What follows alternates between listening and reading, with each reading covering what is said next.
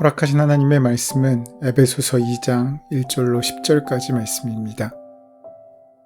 그는 허물과 죄로 죽었던 너희를 살리셨도다. 그때 너희는 그 가운데에서 행하여 이 세상 풍조를 따르고 공중의 권세 잡은 자를 따랐으니 곧 지금 불순종의 아들들 가운데서 역사하는 영이라. 전에는 우리도 다 그 가운데서 우리 육체의 욕심을 따라 지내며 육체와 마음에 원하는 것을 하여 다른 이들과 같이 본질상 진노의 자녀이었더니 긍휼이 풍성하신 하나님이 우리를 사랑하신 그 큰 사랑을 인하여 허물로 죽은 우리를 그리스도와 함께 살리셨고 너희는 은혜로 구원을 받은 것이라. 또 함께 일으키사 그리스도 예수 안에서 함께 하늘에 앉히시니 이는 그리스도 예수 안에서 우리에게 자비하심으로써 그 은혜의 지극히 풍성함을 오는 여러 세대에 나타내려 하심이라. 너희는 그 은혜에 의하여 믿음으로 말미암아 구원을 받았으니 이것은 너희에게서 난 것이 아니요 하나님의 선물이라. 행위에서 난 것이 아니니 이는 누구든지 자랑하지 못하게 함이라. 우리는 그가 만드신 바라 그리스도 예수 안에서 선한 일을 위하여 지으심을 받은 자니 이 일은 하나님이 전에 예비하사 우리로 그 가운데서 행하게 하려 하심이니라. 바울은 앞부분에서 성령에 의해 에베소 교인들의 마음의 눈이 밝아져서 하나님의 부르심의 소망과 기업의 영광의 풍성함이 무엇인지와 하나님의 지극히 크신 능력을 알게 해달라고 기도하였습니다. 오늘 본문은 허물과 죄로 죽은 인간을 하나님께서 크신 은혜와 자비로 구원하시고 영광스러운 존재로 만드셨다고 선언합니다. 특히 바울은 구원받기 이전의 그리스도인의 삶과 구원받은 이후의 그리스도인의 삶을 명확히 대조하고 있습니다. 예수님을 참으로 만난 사람들은 이전의 모습과 같을 수 없고 이전의 그 사람일 수도 없습니다. 갈릴리의 어부 시몬은 사람을 낚는 어부 베드로가 되었고 박해자였던 사울은 살아도 죽어도 그리스도만 전하는 전도자 바울이 되었습니다. 성 프란시스는 과거에 속했던 모든 것을 버려두고 온전히 가난해져 주님만을 따랐습니다. 그렇다면 예수를 믿고 우리의 삶은 어떻게 변했습니까? 바울 사도는 성도들이 과거에는 죄와 허물에 죽었던 사람들이라고 선언하고 있습니다. 물론 이때의 죽음은 육신의 죽음이 아니라 영적인 죽음을 말합니다. 바울은 에베소 교인들이 그리스도 밖에 있을 때 영적으로 죽어 있었음을 말합니다. 그리고 그 죽음은 그들의 허물과 죄로부터 기인했음을 밝히고 있습니다. 바울은 구원받기 이전의 인간이 처했던 비참한 상태를 오늘 본문 1절 2절에서 이렇게 묘사합니다. 그는 허물과 죄로 죽었던 너희를 살리셨도다. 그때의 너희는 그 가운데서 행하여 이 세상 풍조를 따르고 공중의 권세 잡은 자를 따랐으니 곧 지금 불순종의 아들들 가운데서 역사하는 영이라. 성서에서 말하는 죽음은 대개 하나님과의 분리를 가리키는 단어입니다. 무엇이 이런 분리를 만들었습니까? 이사야 선지자는 오직 너희 죄악이 너희와 너희의 하나님 사이를 갈라놓았다고 이사야서 59장 2절에서 말하고 있습니다. 죄는 그렇게 우리를 단절시키는 힘을 갖고 있습니다.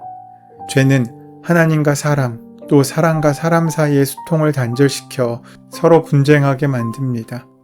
그렇다면 죄의 반대말은 무엇이겠습니까? 죄의 반대말은 사랑입니다. 사랑은 사람들을 하나 되게 하는 힘이니 말입니다. 사단은 사람들이 서로 반목하게 만들어서 결국은 자기의 지배 아래 두려고 합니다. 반면에 하나님은 반목하는 사람들의 장벽을 헐고 하나가 되게 하십니다. 그래서 하나님은 우리를 하나 되게 하시는 분이라고 할 수 있습니다. 오늘 본문에서 허물로 번역된 헬라어는 본래 정해진 경계선을 넘거나 바른 길에서 벗어나는 것을 의미합니다. 이 단어는 사람이 어떤 잘못을 하거나 실패하여서 하나님의 뜻과 율법의 범위를 벗어나는 것을 뜻합니다. 또 죄로 번역된 헬라어 하마르티아는 어원적으로는 표적을 빗나가거나 표준에 미치지 못하는 것을 의미합니다. 이 말은 하나님의 뜻과 법에 어긋나게 행하는 것이나 잘못된 일을 행하는 것을 말합니다. 이렇듯 근본적으로 죄는 하나님과의 관계에서 이해해야 하는 개념입니다. 사람이 스스로 삶의 중심이 되어 자신을 높이고 하나님께 반역하는 것이 죄의 본질입니다. 첫 번째 사람이었던 아담은 스스로 하나님처럼 되고자 하여 하나님의 권위를 인정하지 않고 그 말씀을 가볍게 여겼습니다.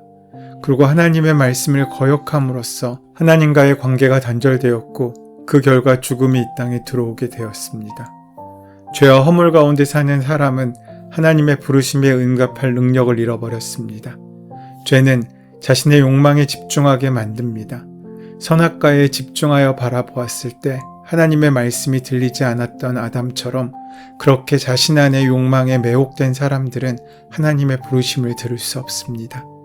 바울이 에베소 교인들이 허물과 죄로 죽어 있다고 말하는 것은 그들이 그리스도를 믿기 전에 하나님에게서 단절되었음을 뜻하고 있습니다. 그들은 계속해서 허물과 죄를 행함으로써 하나님의 생명에서 떠나 있었습니다. 사람은 하나님께 생명을 공급받아야 살 수 있는 존재입니다. 생명의 근원이신 하나님을 떠난 사람에게 생명이 있을 수 없습니다. 그리스도 안에서 영적 생명을 얻기까지 모든 인간은 영적으로 죽은 존재이며 영적으로 죽은 사람은 하나님에 대해 무관심하며 하나님의 사랑에 반응할 수 없습니다. 계속해서 바울은 에베소 교인들이 허물과 죄 때문에 영적으로 죽었을 뿐만 아니라 그것들 가운데서 살았다고 말하고 있습니다. 특히 바울은 에베소 교인들이 과거의 이 세상 풍조를 따랐다고 말하고 있는데 이것은 그들이 하나님을 떠나 타락한 세상의 정신과 사고방식과 가치에 순종하며 순응하며 타협하며 살았음을 말하고 있는 것입니다. 그리스도를 믿기 전에 에베소 교인들은 자기 자신과 세속적인 가치의 권위를 두었고 그것을 목적으로 삼고 살았습니다. 자기 인생을 자기 마음대로 할 수 있다고 착각하며 살았습니다. 그래서 그들은 스스로 강도의 소굴이 되어 살아간 것입니다. 또 바울은 이들이 공중의 권세 잡은 자, 즉 불순종의 아들들 가운데 역사하는 영을 따랐다고 하는데 이것은 모두 하나님을 대적하는 악한 영인 사단, 마귀를 가르칩니다. 사단은 최후 패배의 날이 오기까지 하나님을 대적하며 교회와 그리스도인들을 공격합니다. 하나님께 불순종하는 사람들 가운데 역사하면서 그들을 죄의 종으로 삼고 죄를 짓게 만듭니다. 에베소 교인들이 바로 이 사단의 지배를 받으면서 거짓과 악을 행하면서 산 것입니다. 3절 말씀에 전에는 우리도 다 그 가운데서 우리 육체의 욕심을 따라 지내며 육체와 마음에 원하는 것을 하여 다른 이들과 같이 본질상 진노의 자녀였더니 라고 말하고 있습니다. 앞서 에베소 교인들을 가르쳐 너희라고 했던 바울은 3절에 이르러 1인칭 복수 대명사인 우리를 사용합니다. 너희라는 말이 에베소의 이방인 교인을 가리켰다면 우리라는 것은 바울을 포함한 유대 교인들을 가리킵니다. 바울은 우리도 다 그 가운데서 우리의 육체의 욕심을 따라 지내며 라는 표현을 사용하고 있는데 율법을 소유한 유대인들도 이방인들보다 조금 더 나은 점이 없음을 시인하고 있는 것입니다. 여기서 육체의 욕심이란 자기 중심적인 열망과 충동을 뜻하며 하나님의 뜻과 반대되는 모든 것을 포함하는 말입니다. 또 육체와 마음에 원하는 것은 하나님을 거역하고 반대하는 이성과 의지를 포함합니다. 3절에서 놀라운 점은 바울을 포함한 유대인들이 하나님도 알고 율법도 소유하고 있었지만 이방인들과 다를 바 없는 삶을 살았다는 것입니다. 이를 통해 유대인이나 헬라인이나 모두 죄 아래 있음을 분명히 알 수 있습니다. 바울은 본질상 진노의 자녀라고 표현을 하고 있는데 바울 사도는 이 표현을 사용하면서 유대인들이 나면서부터 아담으로 인해 하나님의 진노를 받게 되었음을 말하고 있습니다. 그리고 유대인들이 세상에 태어난 후에 끊임없이 육체의 욕심을 따라 살면서 하나님을 거역한 죄인임을 분명히 밝히고 있습니다. 그런데 태어나면서부터 하나님의 진노를 받아야 하는 존재는 비단 유대인뿐만이 아닙니다. 이방인들도 유대인들과 마찬가지입니다. 이것이 바로 하나님 앞에 선 인간의 현존의 모습입니다. 그리고 오늘 우리의 모습이기도 합니다. 앞에서 하나님을 떠난 인간의 비참한 실존에 관하여 말하는 바울 사도는 죄로 죽은 인간을 살리시는 하나님의 놀라운 구원에 관하여 말씀해 줍니다. 바울은 하나님께서 우리를 사랑하신 자기의 큰 사랑 때문에 우리를 구원하셨다고 말합니다. 분명 우리는 진노를 받아야 마땅한 존재입니다. 그러나 하나님께서 우리에게 측량할 수 없는 큰 사랑을 보이셨습니다. 완전히 끝난 것처럼 보이는 우리의 인생에 하나님께서 개입하시면서 미처 생각지도 못했던 새로운 삶이 우리 앞에 펼쳐지게 된 것입니다. 그래서 우리는 날마다 삶의 자리에서 그러나 하나님께서 우리 삶에 역사하신 역전의 삶을 살 수 있게 된 것입니다. 그 은혜를 오늘도 우리가 경험해야 되지 않겠습니까? 바울 사도는 4절에서 6절의 말씀을 통해서 하나님께서 우리에게 하신 일을 세 개의 동사로 표현합니다. 먼저 하나님은 우리를 그리스도와 함께 살리셨고, 다음으로 그리스도와 함께 일으키셨고, 마지막으로 그리스도 예수 안에서 함께 하늘에 앉히셨습니다. 살리셨다, 일으키셨다, 앉히셨다는 예수님의 구원 사역에서 연속적으로 일어나는 세 개의 역사적인 사건인 부활과 승천과 자리함을 뜻합니다. 우리는 사도신경으로 신앙을 고백할 때마다 그 사건들에 대한 믿음을 선포합니다. 사도신경 가운데 장사한 지 사흘 만에 죽은 자 가운데서 다시 살아나시며 하늘에 오르사 전능하신 하나님 우편에 계시다가 바로 그것입니다. 본문에서 가장 놀라운 점은 하나님께서 우리를 그리스도와 함께 하늘에 앉히셨다는 것입니다. 그리고 그리스도와 함께 하늘에 앉히셨다는 것은 만물을 통치하시는 성자 예수님과 함께 하나님의 오른편에 앉았다는 말입니다. 이것은 그리스도인들이 그리스도와 함께 만물을 통치하는 영광을 누린다는 뜻입니다. 성경에서 오늘 본문보다 더 강력하게 그리스도인의 구원의 영광을 진술하는 곳은 찾아보기 힘듭니다. 세상 사람들의 눈에는 우리의 모습이 초라하고 보잘것없는 존재로 보일 수도 있습니다. 그러나 우리는 그리스도와 함께 하늘에 앉은 영광스러운 존재라는 사실을 기억해야 합니다. 그리고 우리를 그리스도와 함께 하늘에 앉히신 분은 다름 아닌 창조자이신 성부 하나님이십니다. 바울은 허물과 죄로 죽은 우리를 하나님께서 구원하신 목적이 무엇인지를 밝힙니다. 그것은 우리에게 베푸신 풍성한 은혜를 오는 세대에게 입증하고 증거하기 위한 것입니다. 하나님의 은혜의 풍성함은 그리스도 예수 안에서 우리를 향하신 하나님의 자비하심에서 나타났습니다. 그리고 구원받은 그리스도인들이 있다는 사실과 그리스도인들의 공동체인 교회가 존재한다는 사실 자체가 하나님의 은혜의 풍성함을 나타냅니다. 우리가 기억해야 할 것은 하나님이 우리를 구원하신 것은 우리 안에 있는 어떤 것 때문이 아니라 하나님 안에 있는 사랑과 자비 때문이라는 것입니다.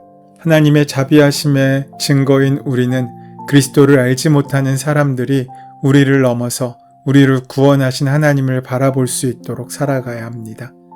하나님께서 우리에게 자신의 은혜를 보여주시는 것은 그 은혜로 우리를 구원하셨기 때문입니다. 바울은 우리가 그리스도를 믿는 믿음으로 말미암아 오직 하나님의 은혜로 구원받았음을 말하는데 이것이 복음의 핵심입니다. 바울은 오직 은혜로 구원받았다는 사실을 확실히 하기 위해서 구원은 하나님의 선물이며 인간의 행위에서 나온 것이 아님을 분명히 하고 있습니다. 그러면서 바울은 구원받은 이후의 그리스도인의 삶의 지향점이 무엇인지를 10절에서 밝힙니다. 우리는 그가 만드신 바라 그리스도 예수 안에서 선한 일을 위하여 지으심을 받은 자니 이 일은 하나님이 전에 예비하사 우리로 그 가운데서 행하게 하려 하심이니라. 바울은 우리는 하나님이 만드신 바이며 그리스도 예수 안에서 선한 일을 위하여 지으심을 받은 자라고 선포합니다.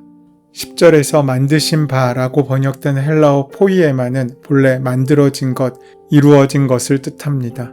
또 포이에마는 공예가나 장인이 만든 작품을 뜻하기도 합니다.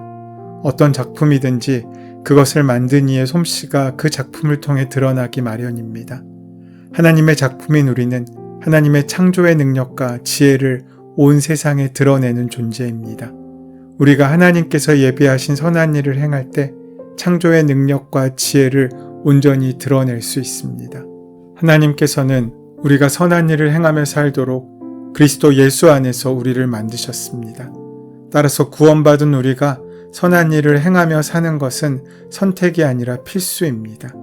그렇게 하나님께서 예비하신 선한 일을 감당하며 행하며 순종하며 살아가는 귀한 사람들에게 하나님은 복에 복을 더하시고 은혜 위에 은혜를 더하실 것입니다. 그 귀한 축복과 은혜를 다 만나고 누리시는 복된 하루의 시작 되시기를 소원하고 축원합니다. 은혜의 주님, 허물과 죄로 죽은 우리를 구원하신 은혜에 감사드립니다. 선한 일을 위하여 창조된 하나님의 자녀로서 오늘을 믿음으로 살 수 있도록 인도하여 주시옵소서. 예수님의 이름으로 기도드립니다. 아멘. 이제 오늘 이 아침 우리에게 허락하신 본문의 말씀이 오늘 나에게 주시고 말씀하시는 하나님의 음성으로 만나지기 위하여 본문의 말씀을 깊이 묵상하시고 함께 기도하는 시간 가지도록 하겠습니다. 함께 기도합니다.